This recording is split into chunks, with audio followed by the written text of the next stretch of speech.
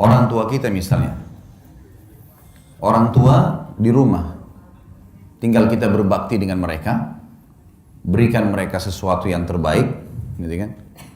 Ini di rumah tangga, keluarga kita. Maka kita sudah bisa panen surga. Ya kan? Allah menjadikan bakti dengan kedua orang tua setelah iman kepadanya.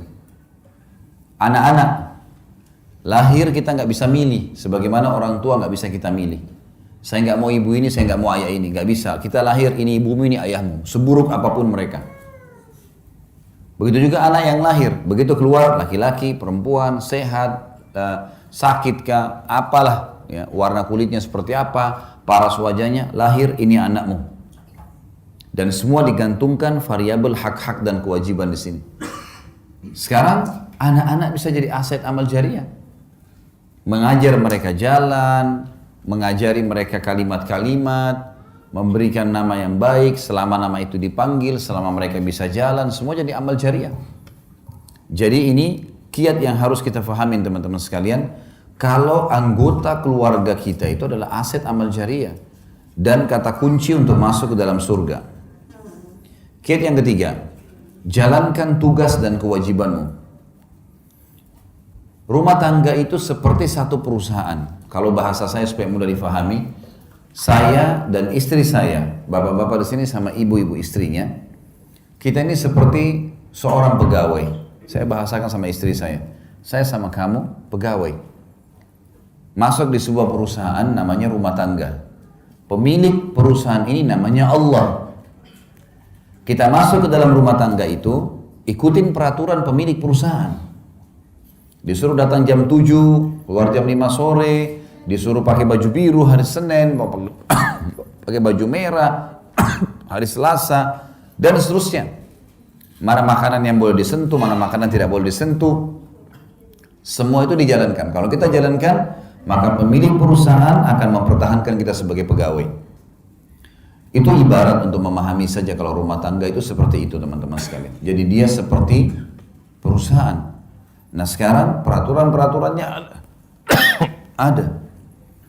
Laki-laki sebagai pemimpin rumah tangga dinobatkan oleh Sang Pencipta Allah untuk memimpin rumah tangga itu.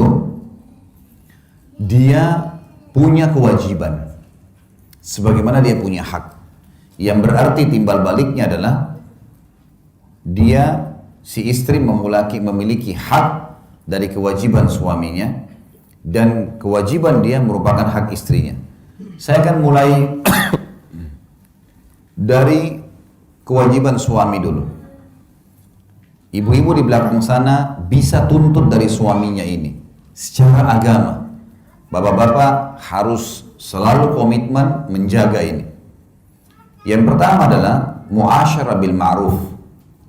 Semua bapak-bapak hadir di sini harus bermuamalah dengan lemah lembut dan santun. Allah berfirman dalam Al-Quran, A'udzu billahi minasyaitonir rajim, wa'ashiruhunna bil ma'ruf.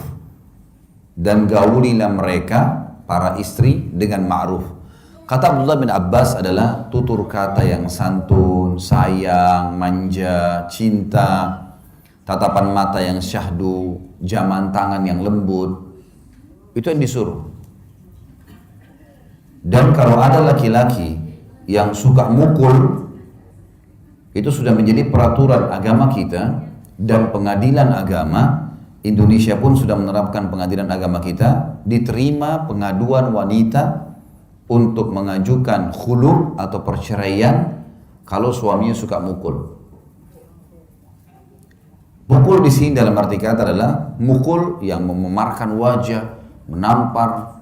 Kata Nabi SAW, jangan caci maki, jangan jelek-jelekan, dan hindari wajah, tamparan, pukulan, gitu kan. Tapi dari satu sisi yang lain, ada ayat Al-Quran yang menjelaskan kalau wanita yang kita khawatirkan sebagai suami nusyuz itu pembangkangan. Misal maaf disuruh tutup aurat nggak mau. Saya ganti ya.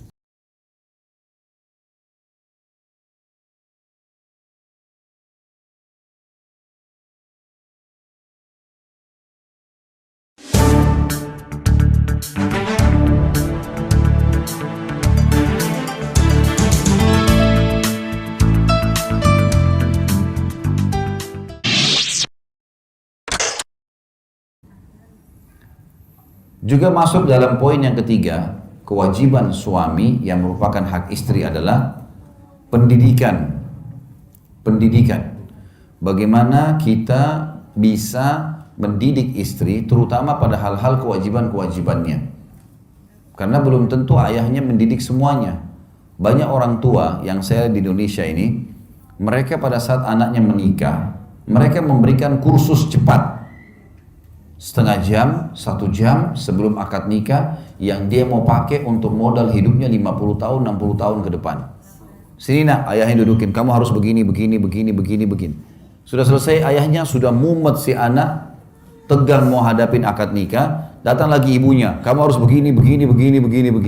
Iya kalau cara mereka benar. Akhirnya si anak pada saat akad nikah kaku, tidak bisa nyebutin kalimat akad nikah. Karena bertumpuk semua hal yang 50 tahun ke depan. Ini keliru ini, mestinya harus diperbaikin, tidak boleh begitu. Maka harus ada proses ya, pendidikan. Allah berfirman dalam surah Tahrim ayat 6, A'udzubillahi minasyaitonirrajim, ya ayyuhalladzina amanu qu anfusakum wa ahlikum nara wa quduha an-nas wal hijara. Hai sekalian orang-orang yang beriman, selamatkan diri kalian dan keluarga kalian, istri dan anak dari api neraka yang bahan bakarnya dari manusia dan batu. Al-ayah, lanjutan ayat ada tentunya, tapi saksi bahasan kita adalah disuruh didik anak dan istri. Terutama berhubungan dengan kewajibannya. Kalau bapak ibu yang belum menjalankan, saya waktu begitu akad nikah, saya dudukkan istri saya lalu saya tuliskan poinnya. Bahkan waktu itu saya punya laptop, saya datangkan, saya bilang, ini hak kamu.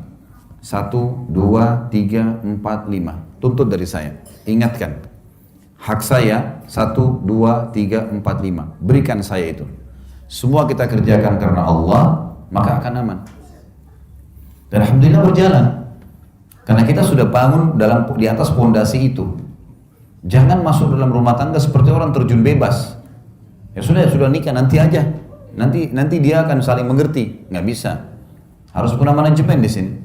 Bagaimana rapi dalam memahami hak-hak dan kewajiban.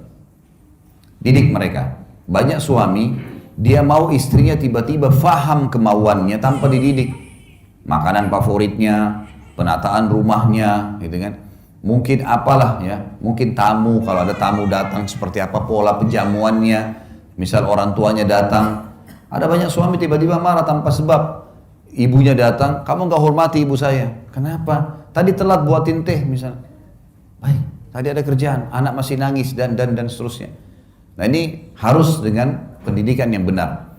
Ini harus dituntun teman-teman. Ada juga bapak-bapak, nanti akan kita singgung dalam masalah biologis dalam Islam. Mereka berharap istrinya melakukan sesuatu yang dia butuhkan dalam masalah biologis di ranjang. Tapi dia nggak bahasakan. Dia hanya mau tahu istrinya harus mengerti. Nanti juga kita akan bahas, ibu-ibu juga begitu. Angan-angannya dalam masalah biologis ada A, B, C, tapi dia nggak bahasakan ke suaminya. Mungkin karena merasa itu rancu, mungkin karena merasa itu aib, mungkin karena merasa nggak perlu, atau yang lebih parah adalah berharap pasangan faham tanpa dibahasakan. Ini nggak mungkin terjadi. Harus bahasakan. Saya begini. Seperti kalau kita lagi suka makanan, kita bilang, saya suka sekali sayur asam, saya suka kalau tempe seperti ini. Dibahasakan sehingga pasangan kita tahu, gitu kan? Saya suka, ibu-ibu saya suka sekali kalau abang, kakak pakai baju seperti ini.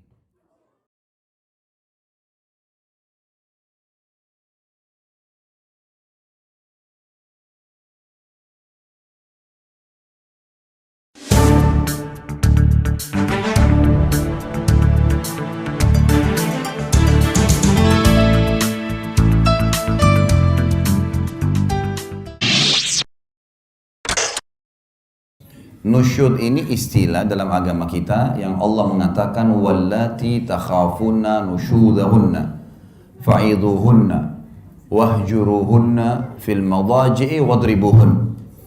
Wanita-wanita atau istri yang kalian takut nusyudnya. Nusyud pelanggaran agama ya. Disuruh tutup aurat nggak mau, disuruh sholat nggak mau, disuruh jalan layani suami nggak mau. Maka ingatkan kata Allah baik-baik, haram, kamu harus jalankan. Allah akan hukum kamu nanti. Nggak mau dengar hajar. Hajar itu bukan hajar. Hajar itu diboikot, diranjang. Hajar. tidak diajak ngomong, nggak digaulin, dibelakangin. Dan ini hajar hanya boleh di rumah. Kata Nabi SAW, jangan kalian menghajar istri kecuali di rumah. Jadi nggak boleh suami itu pergi ke rumah orang tuanya, gitu kan, atau pindah ke rumah temannya, nggak boleh. Kalau istrinya lagi nusyud, memang tidak mau jalani kewajiban. Kalau mereka sudah dihajar pun, diboikot tadi, tidak mau juga taubat, malah makin jadi-jadi, maka Allah bilang, fadribuhun, boleh kalian pukul mereka. Pukulan di sini, ulama mengatakan, darbatun ghairu mubarrah, pukulan yang tidak berbekas. Kata ulama menggunakan kayu siwak di tangannya. Jadi bukan box, ya, bukan tampar. Jadi diingatkan, kalau kita tidak ada kayu siwak, kita menggunakan jari mungkin ya. Nggak boleh, kamu sudah haram nih. Nggak boleh. Kalau juga tidak mau ya diceraikan. Gitu kan? Jadi memang muasyarah bil ma'ruf ini penting. Nanti kita akan bahas di poin setelahnya, itu yang agak panjang kita jelaskan, masalah mengenali karakter pasangan. Bapak-bapak, laki-laki selalu pakai akal, perempuan selalu pakai perasaan. Beda itu, beda sekali. Nah, kan kita berikan contoh-contohnya. Makanya bapak-bapak harus bisa mengerti bagaimana alam perasaan, ibu-ibu harus bisa mengerti bagaimana alam pikiran. Nanti akan saya kasih contoh-contohnya, banyak sekali contoh nanti di poin setelahnya. Intinya, bapak-bapak disuruh berlemah lembut. Kita contoh misalnya, Anas bin Malik, sahabat Nabi ini menjadi pembantu 10 tahun di rumah Nabi SAW. Dari umur 9 tahun sampai umur 19 tahun. Apa kata Anas? Saya selama 10 tahun tinggal di rumah Nabi SAW sebagai pembantu, belum pernah satu kali pun saya mendengarkan Nabi SAW membentak-bentak, apalagi sampai memukul istri juga pembantunya. 10 tahun tidak pernah dengar satu kali pun. Jadi memang perilaku seperti itu, perilaku yang memang diperintahkan untuk berbuat baik. Ini hak yang pertama. Hak yang kedua adalah diberikan nafkah. Tadi saya bilang nafkah ini sesuatu yang roda kehidupan berjalan dengannya. Harus belanja, bapak-bapak yang bijak, saya bilang tadi, tulis semua pengeluaran rumah, rincikan. Kita juga akhirnya jadi lebih mudah tahu, oh ternyata bulanan saya butuh sekian nih, kalau kurang dari ini berarti saya harus lebih ekstra lagi kerja misalnya. Baik, nafkah ini adalah masuk dalamnya makanan, minuman, pakaian, dan tempat tinggal semampunya. Kalau bisa kontrak dulu, kalau bisa beli alhamdulillah, tapi ini semua masuk dalam masalah nafkah, ya, dalam masalah nafkah semampunya. Allah Subhanahu wa taala menyuruh kita melalui lisan Nabi Muhammad SAW dalam hadis Bukhari, sesungguhnya istri-istri kalian punya hak dari kalian, yaitu kalian belikan makanan, minuman, pakaian, dan tempat tinggal semampu kalian. Memang disuruh kita kasih. Dan nafkah ini saya bilang tadi pahalanya sangat besar, ya. Karena mengalahkan tadi pahala sedekah di jihad, pembebasan budak, dan juga fakir miskin.